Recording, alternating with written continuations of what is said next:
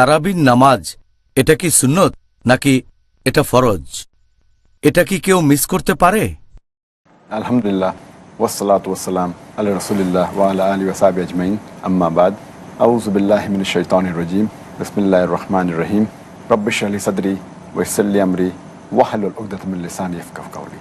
এই প্রশ্নের ব্যাপারে যদি বলতে হয় যে এই তারাবি অথবা কিয়ামুল লাইল রমজান মাসে এটা কি ফরজ নাকি সুন্নত, এ ব্যাপারে আগেও বলেছি।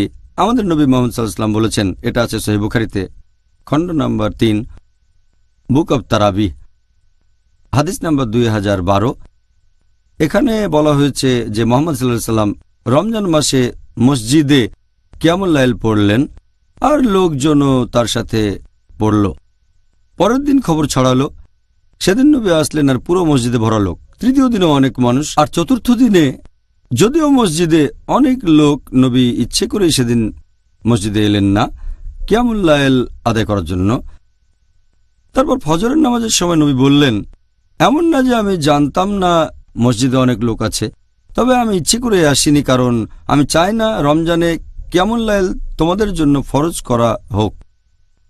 তাহলে এই হাদিস থেকে আমরা জানতে পারি যে এই নামাজ ফরজ না।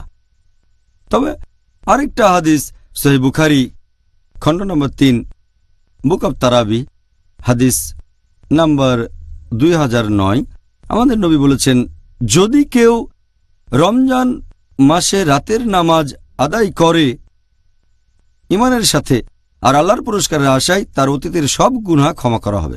এই হাদিসের ভিত্তিতে আমরা জানতে পারি যদিও এটা ফরজ না, তবে খুবই গুরুত্বপূর্ণ সুন্নত, সুন্নতে মুআক্কাদা। তার মানে নবীর যে সুন্নত গুরুত্বের সাথে সুপারিশ করা হয়েছে, যদিও এটা ফরজ না, এটা সুন্নতে মুআক্কাদা, খুবই গুরুত্বপূর্ণ একটা সুন্নত।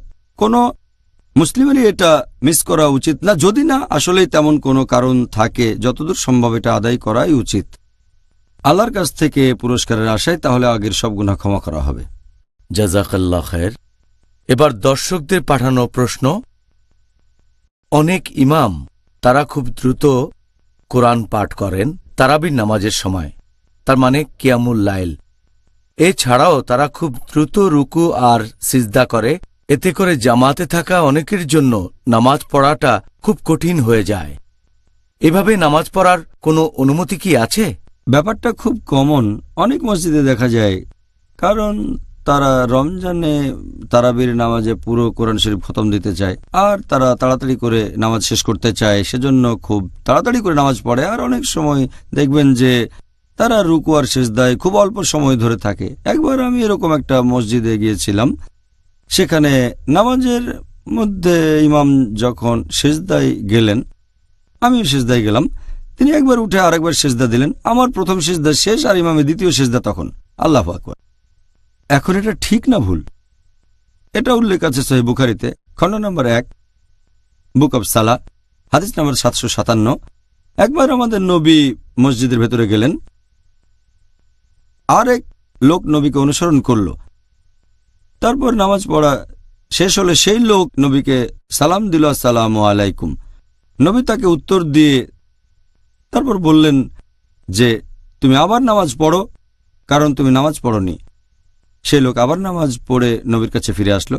নবী তখন বললেন, তুমি আবার নামাজ পড়ো, তুমি নামাজ পড়নি। সেই লোক তৃতীয়বারের মতো নামাজ আদায় করলো, তারপর নবীর কাছে আসলো। নবী আবারও বললেন, যাও নামাজ পড়ো, কারণ তুমি নামাজ পড়নি, তৃতীয়বার। তখন সেই লোক বলল, এর চেয়ে ভালো করে আমি নামাজ পড়তে পারবো না, হে রাসূল, আমাকে শেখান কিভাবে পড়ব। তখন নবী তাকে বললেন যে তুমি তাকবীর দেওয়ার পরে দাঁড়ানো অবস্থায় বিভিন্ন সূরা পড়বে পবিত্র কোরআন থেকে, যেগুলো অন্তর থেকে জানো, কোরআনের যে সূরাগুলো তুমি জানো সেগুলো পড়বে। তারপর তুমি রুকু করবে এবং রুকুতে গিয়ে প্রথমে তুমি সুস্থির হবে, তারপর বলবে সকল প্রশংসা আল্লাহর সুবহান রাব্বিয়াল আযীম, যতক্ষণ না সোজা দাঁড়িয়ে সুস্থির হও। তারপর তুমি সিজদায় যাবে শান্তভাবে, যতক্ষণ না সুস্থির হও। তারপর বলবে সুবহান রাব্বিয়াল আলা, সকল প্রশংসা আল্লাহর যিনি সবার উপরে, 3 বার। তারপর তুমি উঠে বসবে যতক্ষণ না সুস্থির হও, আর এভাবে নামাজ পড়ে যাও। তার মানে এই পজিশনগুলো, রুকু, তারপর সিজদা, তারপর রুকু থেকে যখন উঠবেন আর 2 সিজদার মাঝখানে আপনি থাকবেন সুস্থির হয়ে। তাড়াতাড়ি করে ওঠা বসা করতে পারবেন না। যদি এমন করেন ধরে নেওয়া হবে আপনার নামাজ কবুল হয়নি, যেন আপনি নামাজই পড়েননি। তাহলে যদি তাড়াতাড়ি করে তারাবির নামাজ পড়েন, রুকু সেজদা বা খুব তাড়াতাড়ি ধরে নেওয়া হবে আপনি নামাজ পড়েননি। তবে সবচেয়ে ভালো যদি ধীরে ধীরে পড়েন, শান্তভাবে। যদি মনে করেন 20 রাকাত পড়তে আপনি পারবেন না, তাহলে 8 রাকাত পড়েন, তবে সেটা শান্তভাবে, সুস্থির হয়ে আর ধীরে ধীরে পড়বেন। সবচেয়ে ভালো সুস্থির হয়ে ধীরে ধীরে আর লম্বা সময় ধরে।